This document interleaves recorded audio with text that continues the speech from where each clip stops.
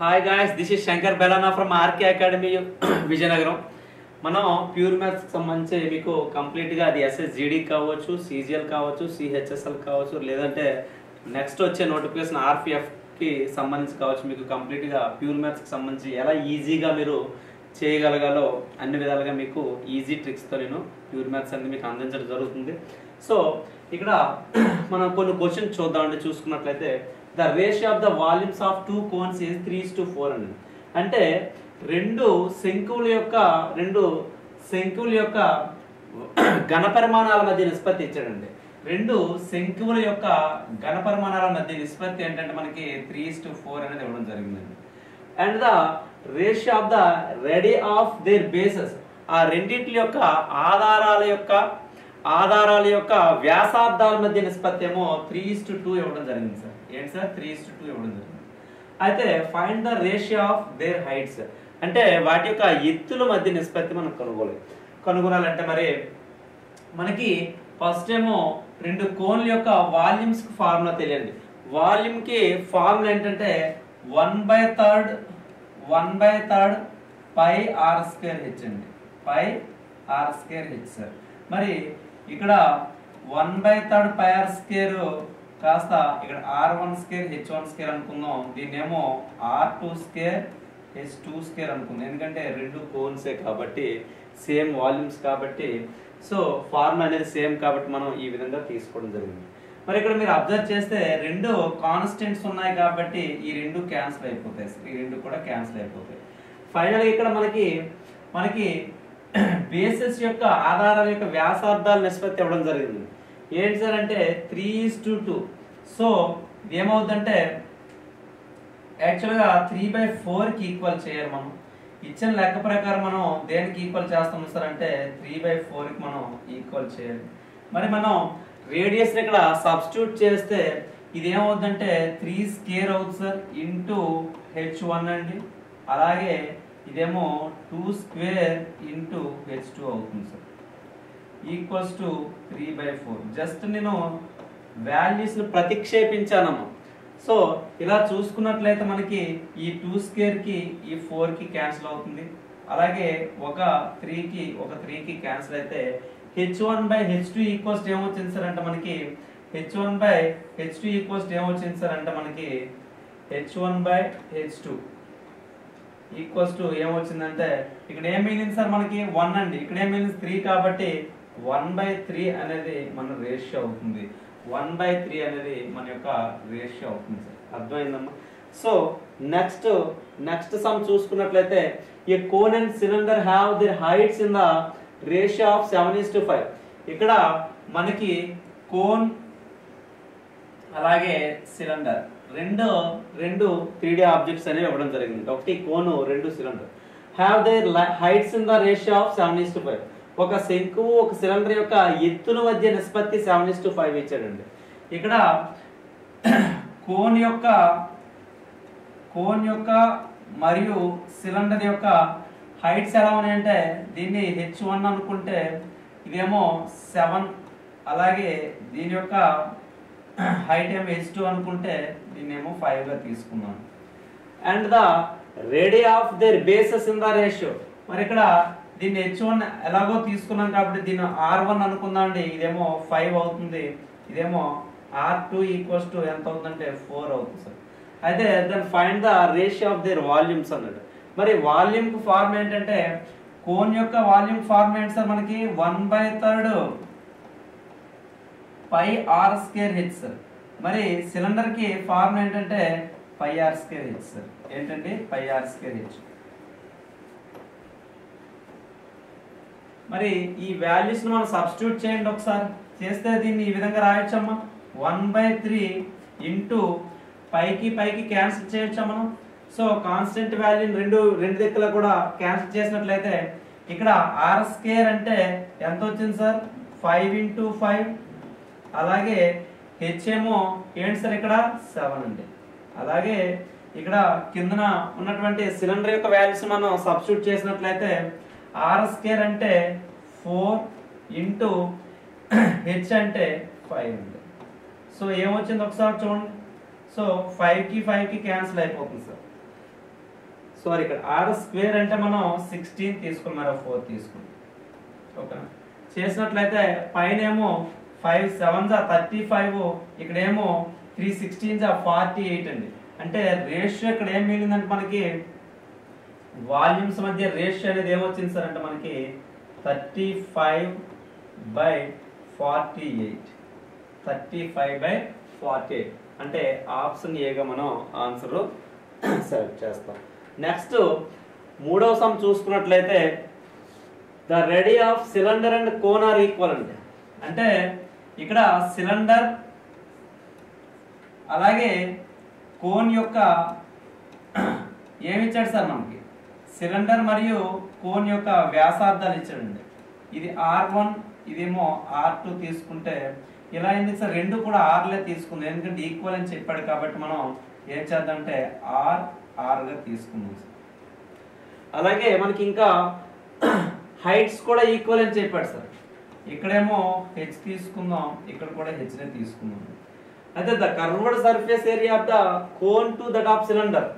Cone యొక్క curved surface area ఏంటి sir formula πRL అండి. అలాగే సిలిండర్ యొక్క కర్వ్డ్ సర్ఫేస్ ఏరియా ఫార్ములా ఏంటంటే 2πr ఇంటూ హెచ్ అండి. అంటే పెరిమీటర్ ఇంటూ చుట్టుకొలత ఇంటూ ఎత్తు సార్. మరి దీని యొక్క రేషియో మనకి ఇవ్వడం జరిగిందమ్మా. ఎంతండి 17/16 ఇవ్వడం జరిగింది సార్. 17/16 ఇవ్వడం జరిగింది. మీరు అబ్జర్వ్ చేస్తే ఇక్కడ ఆర్ని క్యాన్సిల్ చేయొచ్చండి. ఎందుకంటే రెండు కూడా ఈక్వల్ అని చెప్పుకున్నాం. అలాగే పైకి కూడా క్యాన్సిల్ చేయొచ్చు, రెండు కాన్స్టెంట్ వాల్యూస్ కాబట్టి. 2 1s 2 8s. సో ఫైనల్ గా ఇక్కడ L/H ఈక్వల్స్ టు 17/8 వచ్చింది. 17/8 వచ్చింది. మరి మనం కోన్ తీసుకున్నట్లయితే కోన్ అబ్జర్వ్ చేసినట్లయితే 3Dలో ఒక కోన్ మనం తీసుకున్నట్లయితే సార్ చూడండి అమ్మా, ఒక కోన్ మనం తీసుకున్నట్లయితే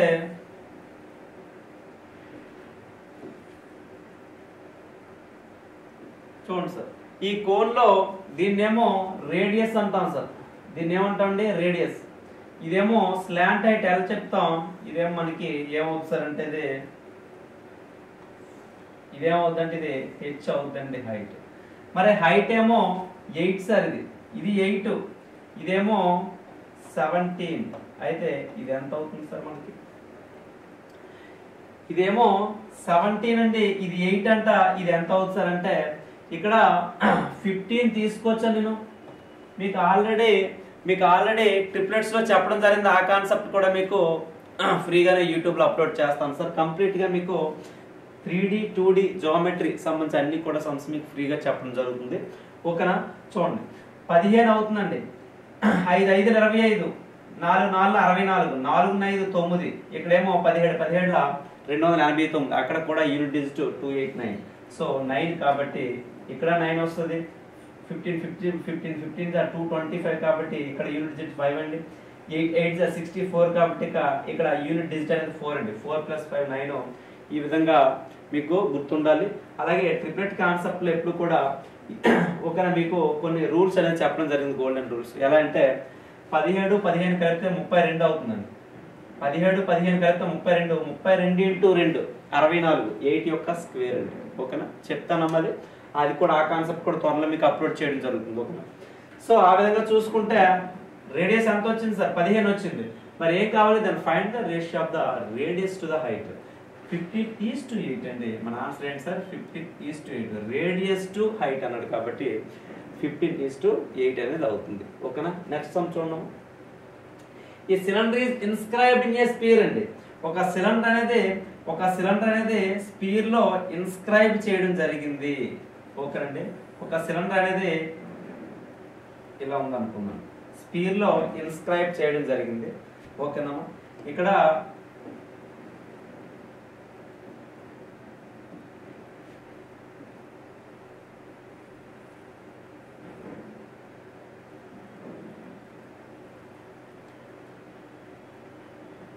చూడండి,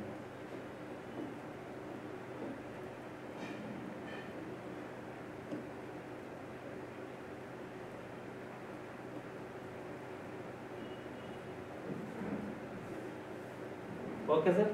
ఇక్కడ సిలిండర్ అనేది ఒక స్పీర్ లో మనం ఇన్స్క్రైబ్ అంటే అమర్చడం జరిగిందండి.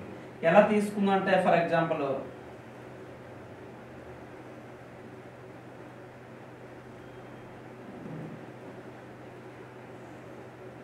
ఇలా తీసుకొచ్చండి సిలిండర్, ఇలా తీసుకొచ్చా సార్. మరి ఇలా తీసుకుంటే ఇది ఏమవుతుందండి, ఇది రేడియస్ ఏమవుతుంది సార్, ఇది రేడియస్ R1 అనుకుంటుంది. మరి ఇదేమవుతుంది సార్, మనకి సిలిండర్ యొక్క హైట్ అవుతుంది, సిలిండర్ యొక్క హైట్ అవుతుంది. నెక్స్ట్ ఇక్కడ మనకి అయితే the radius of the sphere, sphere యొక్క రేడియస్ ఏమో ఫర్ ఎగ్జాంపుల్ ఇది చూసుకోండి, ఇక్కడ ఇది R2 అనుకుందాం, ఇది R1 అనుకున్నాం. దీనికి H నార్మల్ గానే తీసుకుందాం.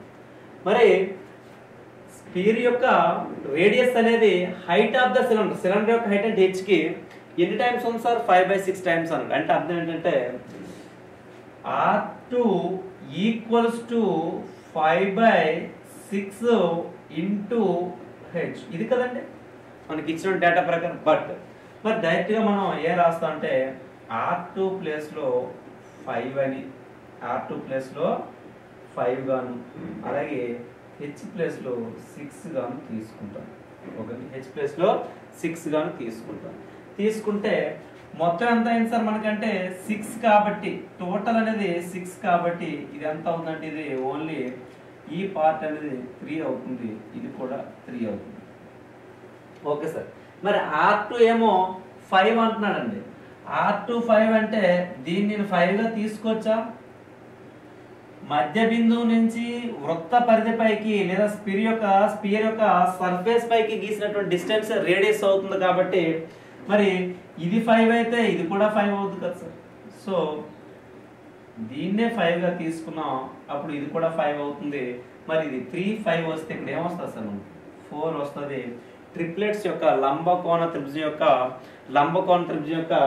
మెయిన్ మెజర్మెంట్స్, ప్రైమ్ మెజర్మెంట్స్ ఏంటంటే 3, 4, 5 కాబట్టి కనుక అవుతుంది 4 అవుతుంది. ఇప్పుడు మనకి ఏం కావాలి సార్ ఒకసారి చూడండి. What is the ratio of the volume of the cylinder to the spear? మరి సిలిండర్ యొక్క వాల్యూమ్ ఫార్మ్ ఏంటంటే మనకి πr²h అండి, πr²h హోల్ బై వాల్యూమ్ యొక్క ఫార్మ్ ఏంటంటే 4/3 πr³ సార్, 4/3 πr³. ఇక్కడ మీరు అబ్జర్వ్ చేస్తే పైకి క్యాన్సిల్ అవుతుంది, కాన్స్టెంట్ వాల్యూ కాబట్టి. ఇక్కడ r వాల్యూ ఎంత వచ్చిందండి, ఇది r వాల్యూ 4 కాబట్టి 4² ఇంటూ హైట్ ఎంత వచ్చిందమ్మంటే మనకి హైట్ ఎంత సార్, మనకి 6 అండి. హైట్ ఎంత సార్, 6 హోల్ బై ఇక్కడేమో 4/3 r³ అంటే మనకి రేడియస్ 5 కాబట్టి, స్పియర్ యొక్క రేడియస్ 5 కాబట్టి 125 గా తీసుకుంటాం 5 కి. మరి దీన్ని సింప్లిఫై చేసినట్లయితే మీకు ఒకసారి చూడండి, 4 కి క్యాన్సిల్ అవుతుంది సార్. ఓకేనా? ఏం మిగిలిందంటే 3 అనేది మనకి భిన్నం అనేది తిరగబడుతుంది కాబట్టి 4 × 6 అంటే 24, 24 × 3 అంటే 72/125 అనేది మన యొక్క ఆన్సర్ అవుతుంది. 72:125 అంటే option C is the right answer. మరి నెక్స్ట్ సమ్ చూడండి ఒకసారి. The radius of the sphere is r centimetre. ఒక గోళం యొక్క వ్యాసార్థం ఏమో r సెంటీమీటర్ ఇవ్వడం జరిగింది. అలాగే height of the cylinder inscribed in the spear, same diagram మనం చూసుకున్నట్లయితే ఇలాగే ఉందండి. ఒక స్పియర్ ఉంది, స్పియర్ లో మనం ఏంటి ఒక సిలిండర్ తీసుకున్నాం సార్.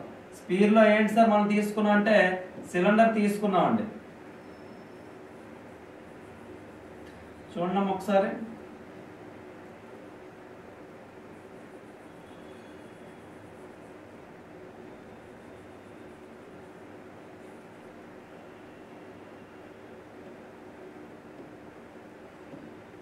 ఇక్కడ సిలిండర్ మనం ఇన్స్క్రైబ్ చేస్తే ఇలా ఒక సిలిండర్ మనం తీసుకున్నట్లయితే, స్పియర్ లో సిలిండర్ తీసుకున్నట్లయితే ఇది ఏమవుతుంది సార్, మనకి సిలిండర్ యొక్క రేడియస్ అవుతుంది. ఇదేమో కేంద్రకం అంటే మధ్య బిందు అవుతుంది. ఇదేమో R1 అని, ఇది R2 తీసుకుందాం. దీన్నేమో హైట్ అంటాం. దేని యొక్క హైట్ సార్? సిలిండర్ యొక్క హైట్. అయితే ఇక్కడ మనకి దీని యొక్క వాల్యూస్ ఆల్రెడీ ఇవ్వడం జరిగింది సార్. ఇదేమో ఆర్ గాను, ఇది ఎంత ఇచ్చాడు సార్? ఆర్ ఇచ్చాడండి. ఓకేనా? Radius of the sphere R ఇచ్చాడు sir. Height of the cylinder inscribed in the sphere అంటే దీన్ని 1.2 ఆర్ ఇచ్చాడండి. టోటల్ ఎంత సార్? ఇది 1.2 ఆర్. అంటే దీన్ని ఎలా రాస్తానంటే 0.6 అని రాయొచ్చండి. ఎంత రాయొచ్చండి? 0.6 రాయొచ్చు. మరి then what is the ratio of the volume of the cylinder to the sphere? మరి సిలిండర్ యొక్క వాల్యూమ్ ఎంత అంటే ఫార్ములా మనకి πr²h సార్. అలాగే స్పీర్ యొక్క ఫార్ములా ఏంటి సార్? మనకి 4/3 πr³. ఇది మనం ఫైండ్ అవుట్ చేయాలి. మీరు అబ్జర్వ్ చేసినట్లయితే నాకైతే ఇలా కనిపిస్తుంది సార్. ఏంటి సార్ అంటే ఇది 0.6 అంటున్నాడండి, ఇదేమో 1 అంటున్నాడు సార్. ఇది మనకు తెలియదు. సో దీన్ని ఇంటూ 10 చేస్తాను అనుకోండి. ఇంటూ 10 చేస్తే ఒక్క నిమిషం. ఓకే, ఇది ఆర్ అవ్వడం జరిగింది, ఇదేమో 0.6 అవ్వడం జరిగిందండి. సో దీన్ని నేను ఏం తీసుకుంటానంటే ఇది కూడా ఆర్ గానే తీసుకుంటాను. ఎందుకంటే ఈ రెండేమో మధ్య బిందువు నుంచి వృత్త పరిధిపైకి గీసినటువంటి దూరాన్ని ఏమంటామండి మనం? వ్యాసార్థం అని చెప్తాం. మరి ఇది కేంద్రకం అయినప్పుడు, ఇది సెంటర్ అయినప్పుడు, సెంటర్ నుంచి ఈ స్పీర్ యొక్క సర్క్యూంఫరెన్స్ పైకి గీసినటువంటి ఏ డిస్టెన్స్ అయినా ఏమవుతుందంటే రేడియస్ అవుతుంది. కాబట్టి ఇది ఆర్ అయితే ఇది కూడా ఆర్ అవుతుంది. మరి ఇక్కడ ఈ డయాగ్రామ్ ఒకసారి చూడమ్మా. ఈ డయాగ్రామ్ ఒకసారి మీరు అబ్జర్వ్ చేసినట్లయితే, ఇదిగోండి ఈ డయాగ్రామ్ ని అబ్జర్వ్ చేసినట్లయితే ఇది ఈ ట్రయాంగిల్ ఒకసారి బయటికి ఎక్స్ట్రాక్ట్ చేయండి. చేస్తే ఇది ఆర్ ఇదేమో 0.6 ఆర్, ఇదేమో మనకి తెలియదు సార్. మీరు అబ్జర్వ్ చేసినట్లయితే ఇది ఒక ట్రిప్లెట్ గుర్తు వస్తుందమ్మా. ఏంటి ఆ ట్రిప్లెట్ అంటే ఇంటూ 10 చేస్తాను అనుకోండి సార్. అప్పుడు ఏమవుతుందంటే ఇది 6 అవుతుంది, ఇదేమో 10 అవుతుంది. ఇక్కడేమో మనకి ఏం తెలియట్లేదు, ఇంటూ 10 గా ఉంటుంది. అయితే ఇంటూ 10 గా ఉండాలంటే ఏమవ్వాలి? 8 తీసుకుని 6, 8, 10 అనేవి మనకి ట్రిప్లెట్స్. 6, 8, 10 అనేవి మనకి ట్రిప్లెట్స్. కాబట్టి ఇంటూ 8 తీసుకోవాలా లేదా ఇంటూ 0.8 తీసుకోవాలా? ఏం తీసుకోవాలి సార్ అంటే ఇంటూ 0.8 తీసుకుంటే సరిపోతుంది. కాబట్టి మనకి రేడియస్ ఎంత వచ్చినట్టు సార్? మనకి రేడియస్ ఏమో 0.8 వచ్చినట్లు. ఇక్కడేమో హైట్ టోటల్ అయితే 1.2, ఈ ట్రయాంగిల్ యొక్క హైట్ అయితే 0.6 అండి. దీని యొక్క రేడియస్, సిలిండర్ యొక్క రేడియస్ ఏమో 0.8 వచ్చిందండి. మరి స్పీర్ యొక్క రేడియస్ ఏమొచ్చింది సార్? 10 వచ్చింది. ఈ విధంగా చూసుకున్నట్లయితే ఓన్లీ 1 into r గా ఉంటది. మరి మనకి ఏం కావాలంటే దీని యొక్క రెండింటి యొక్క ఘన పరిమాణాల మధ్య వాల్యూమ్ రేషియో కావాలంటే ఒకసారి సబ్స్టిట్యూట్ చేస్తే పైకి క్యాన్సిలైజేషన్ అయిపోతుందండి. రెండు కూడా కాన్స్టెంట్ వాల్యూస్ కాబట్టి. మరి ఇక్కడ r² అంటే r వాల్యూ ఎంత అండి? మనకి రేడియస్ ఎంత? 0.8 హోల్ స్క్వేర్ ఇంటూ హెచ్ ఎంత సార్ అంటే మనకి 1.2 whole by 4/3 into 4/3 into r³ అంటే దీని యొక్క రేడియస్ ఎంత సార్? 1 కాబట్టి 1³ అవుతుంది. 1r కదండి, 1r కాబట్టి ఏమవుతుందండి? 1³ అవుతుంది. మరి ఒకసారి మీరు అబ్జర్వ్ చేసినట్టు దీన్ని ఇంకా సింప్లిఫై ఎలా చేయొచ్చు అంటే 64/10 రాయొచ్చా? దీన్ని 0.8 హోల్ స్క్వేర్ ని 64/10 రాయొచ్చు కదండి. 100 రాయొచ్చండి. ఇంటూ దీన్నేమో 12/10 రాయొచ్చు సార్. ఇంటూ దీన్నేమో 3/4 గా రాద్దాం. రాస్తే ఎంత ఏ విధంగా క్యాన్సిల్ అవుతుంది చూడండి సార్. 4 1ల 4 16ల 64 అండి. అలాగే 4 4ల 4 25 సార్. అలాగే 2 2ల 2 5 సార్. ఏమి సార్? కింద 125 వస్తుంది. 5 into 25 125 వస్తుంది. పైన ఏమి ఒకసారి చూడండి. 12 3 36 into 2 72. ఎక్కడ ఉంది సార్? ఇది మన ఆన్సర్.